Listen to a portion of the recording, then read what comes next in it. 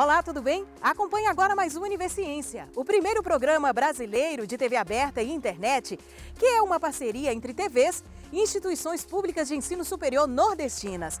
Aqui a gente conhece as produções científicas destas instituições. Veja quais as pesquisas nós vamos acompanhar hoje. Pesquisadores da Universidade Estadual do Rio Grande do Norte realizam um mapeamento das políticas públicas de prevenção e combate à violência contra as mulheres no estado após Lei Maria da Penha. Cientistas da Universidade Federal Rural de Pernambuco investigam o potencial de produtos naturais e imunoterapêuticos no controle de infecções bacterianas. Um estudo científico desenvolvido no programa de pós-graduação em agronomia da Universidade Estadual do Sudoeste da Bahia avaliou a qualidade das mudas de eucalipto produzidas em recipientes biodegradáveis.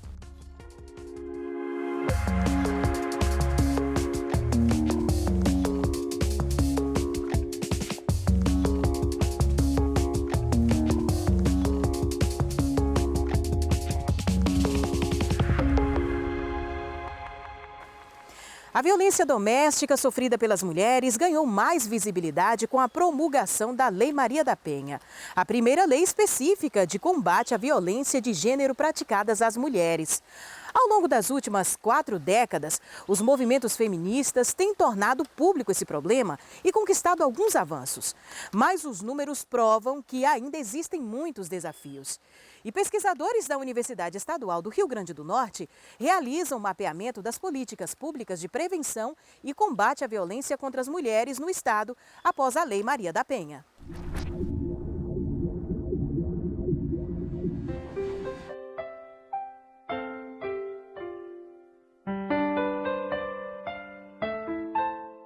Essa pesquisa, na verdade, ela é uma reatualização do nosso mapeamento que nós fizemos logo após a aprovação da Lei Maria da Penha em 2006. Então, nós realizamos uma pesquisa em 2008, passados 10 anos, mais de 10 anos após a Lei Maria da Penha, propomos ao CNPq reatualizar esse mapeamento no sentido de saber, conhecer quais são as políticas, os serviços, políticas públicas de prevenção e combate às violências contra as mulheres no Rio Grande do Norte, passados 12 anos da Lei Maria da Penha. A pesquisa ela começou em 2019, a gente ainda não estava na pandemia, então nós mapeamos 4 municípios do Rio Grande do Norte, Mossoró, Natal, Caicó e Parnamirim. Por que esses 4 municípios? Porque eles são os municípios que possuem delegacias especializadas de defesa da mulher, que é a principal porta de entrada das denúncias de violência. Então, nós começamos a realizar essa pesquisa em 2019, entrevistando in loco, mapeando os serviços nas áreas de saúde, assistência social, segurança pública e judiciário, que são as 4 áreas principais de políticas que compõem, dos serviços que compõem o enfrentamento dessas violências e prevenções. Então, a gente realizou a pesquisa em Mossoró, realizamos a pesquisa em Caicó, mapeamos Natal, via internet, e marcamos algumas entrevistas online, tanto em Natal como em Parnamirim, e agora a gente retoma para concluir Natal e Parnamirim com entrevistas presenciais. Em Mossoró, a gente mapeou na área da assistência social o Centro de Referência da Mulher e os CRAS, que não são especializados, mas atendem também as mulheres em situação de violência. Mapeamos a área de saúde, o projeto Flor de Lótus, que funciona na maternidade Almeida Castro, que atende as mulheres em situação de violência sexual, e também algumas UPAs que têm pessoal capacitado para estar atendendo. Na área de segurança pública, a gente tem a Delegacia Especializada de Defesa da Mulher e, mais recentemente, a Patrulha Maria da Penha, que tem sido um serviço muito importante, é a Guarda Municipal com a Polícia Civil, que faz o patrulhamento das mulheres que estão com medidas de protetivas de urgência. E na área do judiciário, temos o Juizado de Violência Doméstica e Familiar contra Mulheres, que é um serviço especializado, a Defensoria Pública, que tem um atendimento em alguns dias e horários para as mulheres, um atendimento prioritário, e a 9ª Promotoria Pública.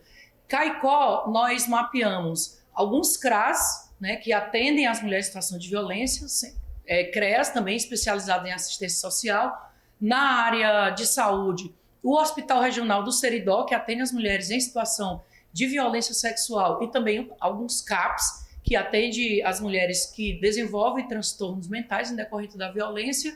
Temos lá o atendimento na Defensoria Pública, na área do Judiciário, e uma delegacia especializada de defesa da mulher, que funciona ser uma sede própria, ainda de forma precária. O serviço em Mossoró, eles têm uma tentativa de se atuar em rede, porque esses serviços eles não podem atuar de forma isolada. Há que ter um diálogo, uma relação que a gente chama rede de serviços, os serviços que compõem essa rede de atendimento e proteção às mulheres. A gente ainda tem muito caminho a percorrer, porque, por exemplo, a nossa delegacia de defesa da mulher, ela nem funciona à noite, né? Não tem plantões de final de semana, dias e horários que as mulheres mais sofrem violência.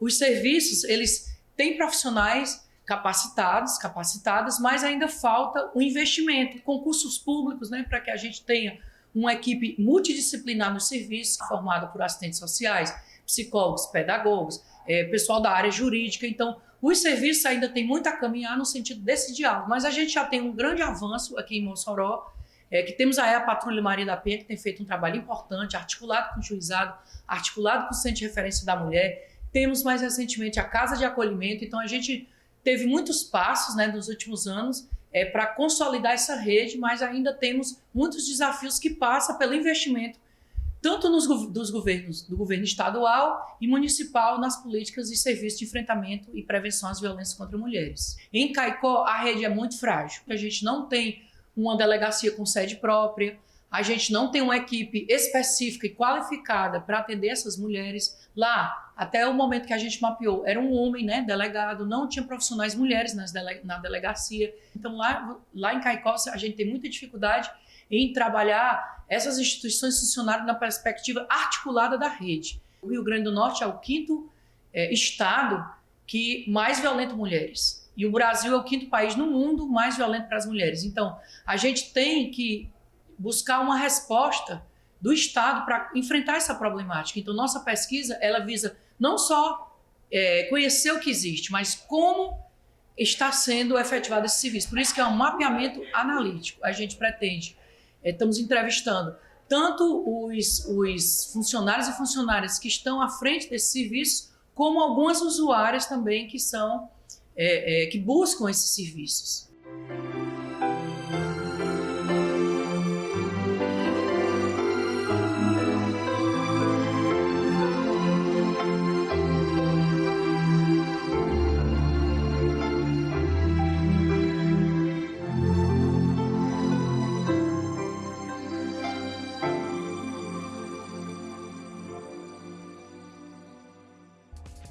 E veja daqui a pouco a manutenção da qualidade das mudas de eucalipto produzidas em recipientes biodegradáveis. É daqui a pouco no Univerciência.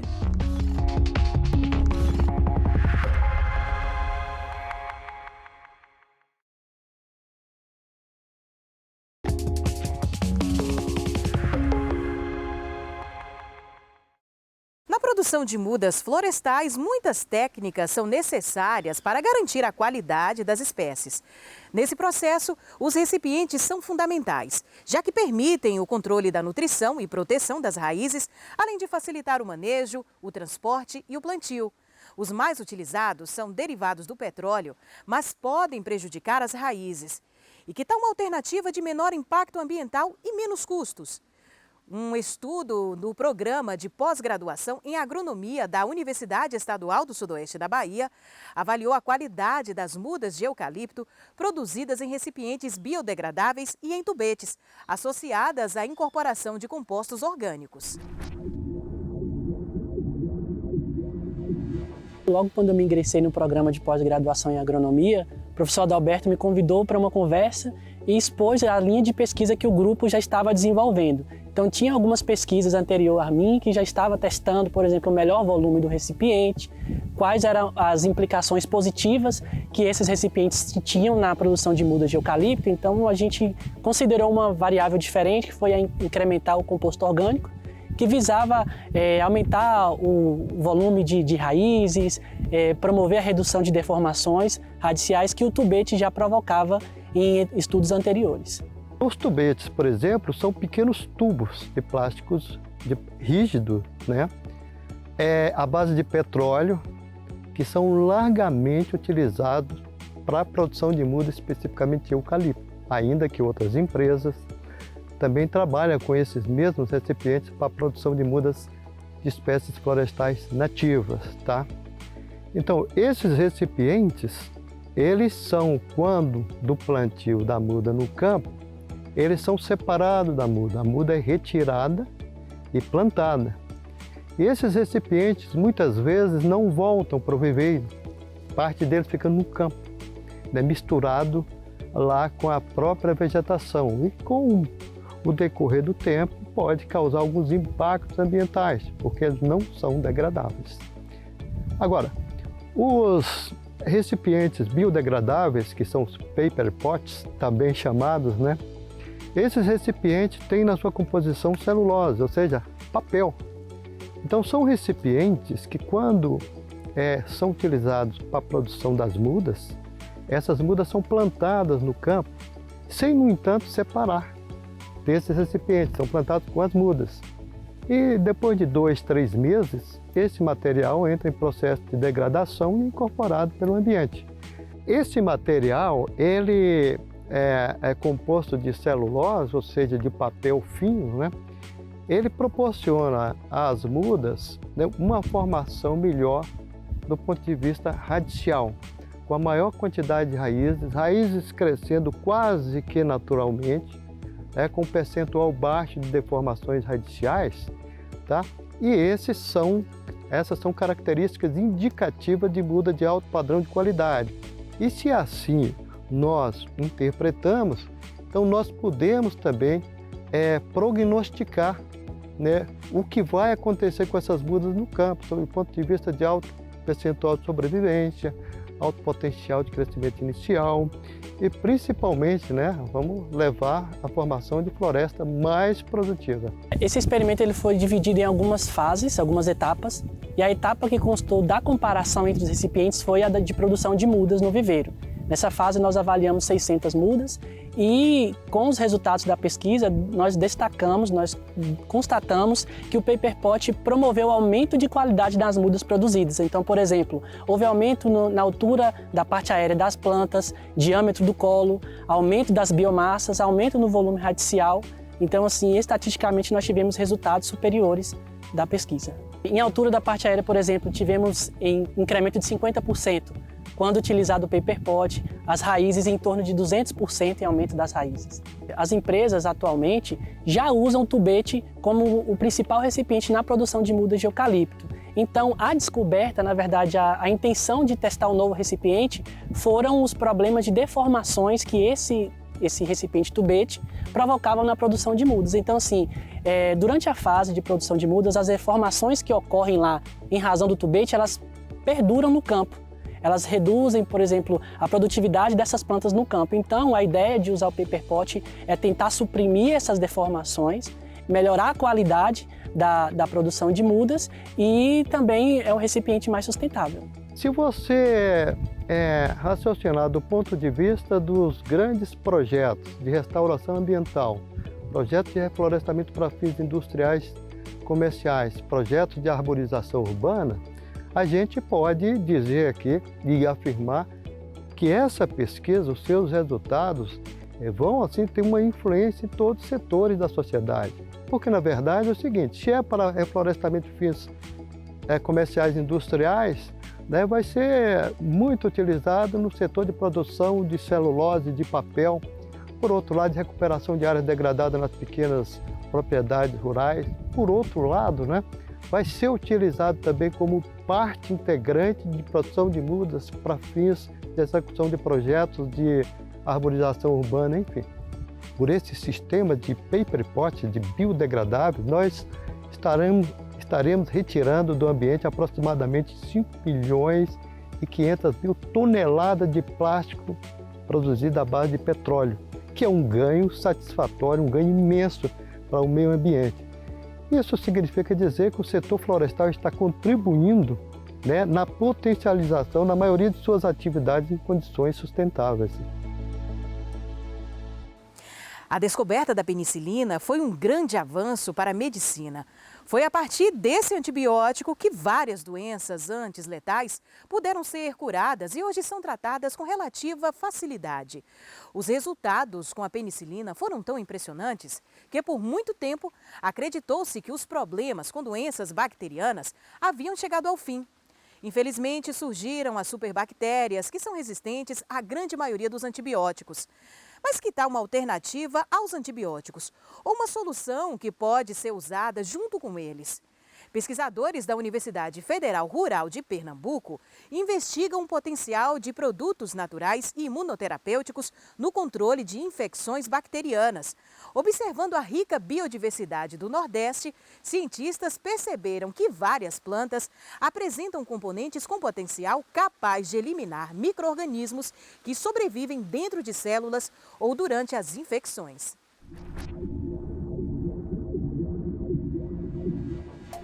Pesquisadores da Universidade Federal Rural de Pernambuco investigam o potencial de produtos naturais e imunoterapêuticos no controle de infecções bacterianas.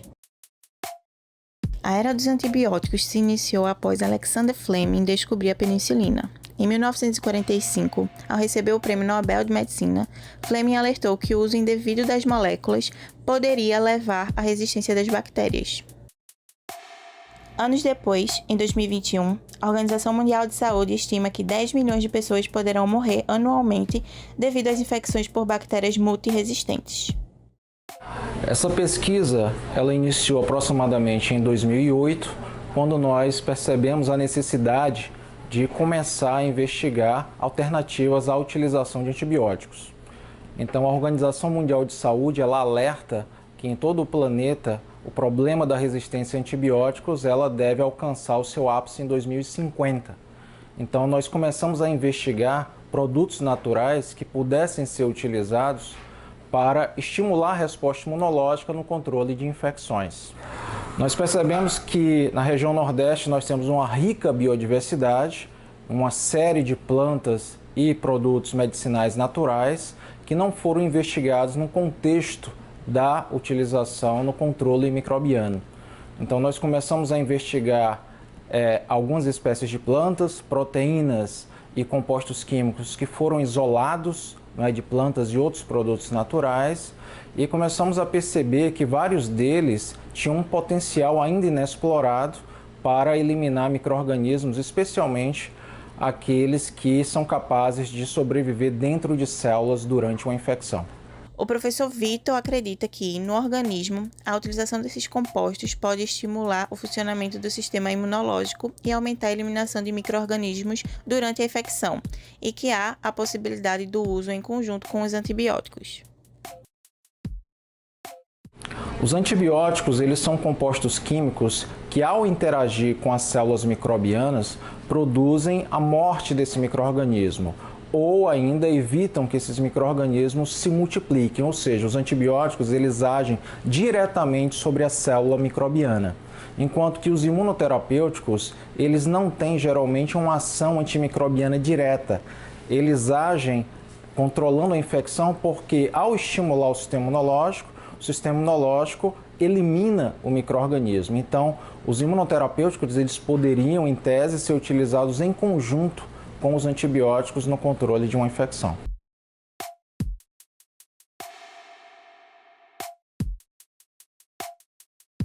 Então, nós recentemente produzimos o depósito de 2 patentes contendo formulações cujos princípios ativos são produtos naturais que nós temos investigado ao longo de vários anos e essas formulações elas podem futuramente ser utilizadas para combater infecções. Claro que ainda são necessários vários passos, testes pré-clínicos e testes clínicos com essas formulações, para que de fato ela chegue à sociedade.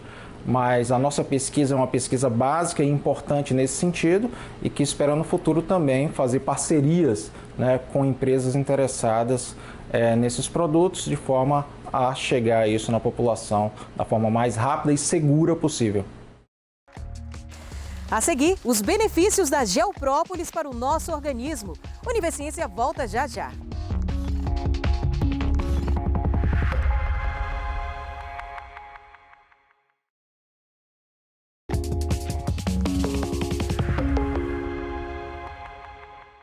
Você já deve ter ouvido falar ou até mesmo ter feito uso da própolis. O produto é elaborado pelas abelhas com ferrão, a partir de substâncias resinosas coletadas na natureza. Agora, um termo cada vez mais comum é a geoprópolis, desenvolvida pelas abelhas sem ferrão. Uma pesquisa do Instituto Federal Baiano analisa a geoprópolis da abelha uruçu amarela como alimento funcional. Os estudos apontam que é possível que o extrato da geoprópolis faça a inibição de bactérias que causam doenças a concentrações mínimas. Os pesquisadores também lutam para que haja uma legislação específica para tratar da geoprópolis. Vamos conferir a pesquisa.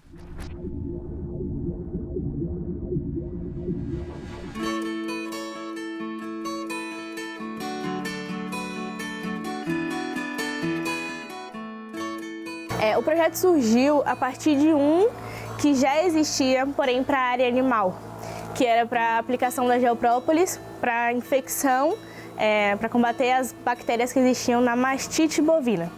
Eu gostei muito do tema central, que era a utilização de subprodutos da abelha, e quis trazer isso para o meu curso, que seria a Engenharia de Alimentos.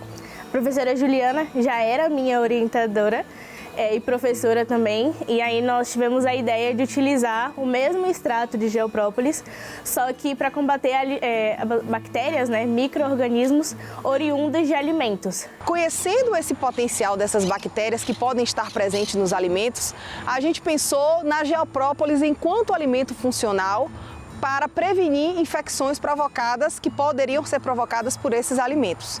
Então a pesquisa voltou-se para isolar as bactérias diretamente de alimentos de origem animal.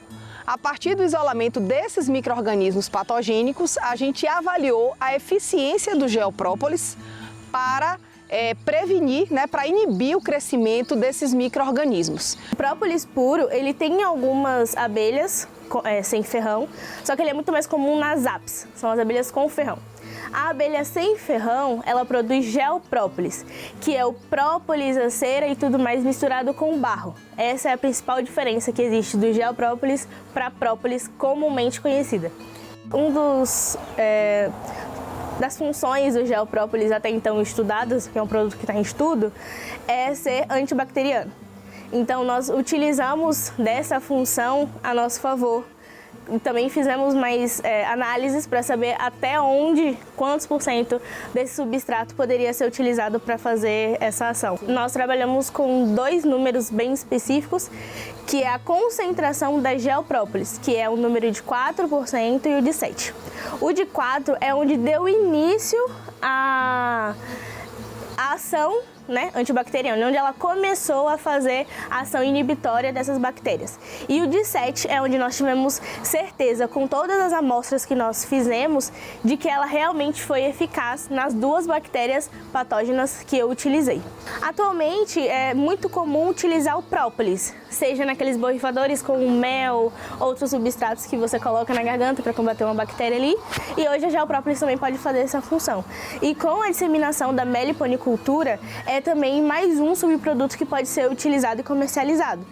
E claro que assim como a própolis é utilizada também em vários pratos e outros produtos como um dos ingredientes ali presentes, a geoprópolis também pode se fazer presente. Se eu faço uso regular dessa geoprópolis, então o que acontece? O meu organismo, a partir do momento que ele tem contato com qualquer patógeno, ele vai conseguir responder mais rápido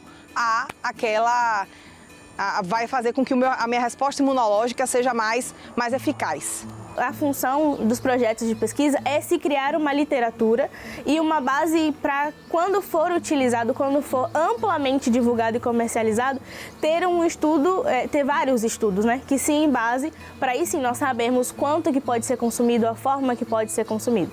Hoje o substrato, ele já é feito, o extrato de geoprópolis, ele já é feito com álcool cereais, para que seja possível fazer o uso. Existem meliponicultores que fazem a venda para você tomar e ser um alimento funcional, ele prevenir ou curar. Então, assim, não é um remédio. A gente precisa pensar em avaliar melhor físico-quimicamente o resultado desse geoprópolis, porque a gente avaliou ele microbiologicamente, temos uma diluição que nos mostrou uma resposta muito boa no sentido de inibir o crescimento dos micro-organismos, mas físico-quimicamente os parâmetros dele ainda são muito diferentes dos parâmetros do que a legislação que nós devemos seguir, para que esse produto possa estar no mercado de forma legal. Porém, essa legislação que está vigente não é legislação voltada para a produtos de abelhas sem ferrão, é voltada para produtos de abelhas com ferrão, da Apis mellifera. Então, a partir do momento que são materiais diferentes e constituições diferentes, a gente precisa avaliar muitos resultados. A gente precisa ir seguindo, testando com outras amostras de outras regiões, ampliando os nossos testes para que a gente consiga mostrar aos órgãos reguladores do nosso produto e a eficácia do nosso produto.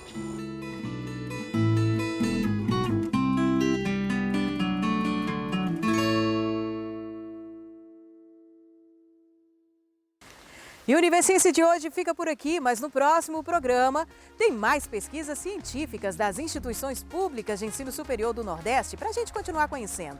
E você já sabe, se tem alguma dúvida ou sugestão, envia para o nosso e-mail universiencia@uesb.edu.br que a gente esclarece num próximo programa. Tchau, tchau e até lá!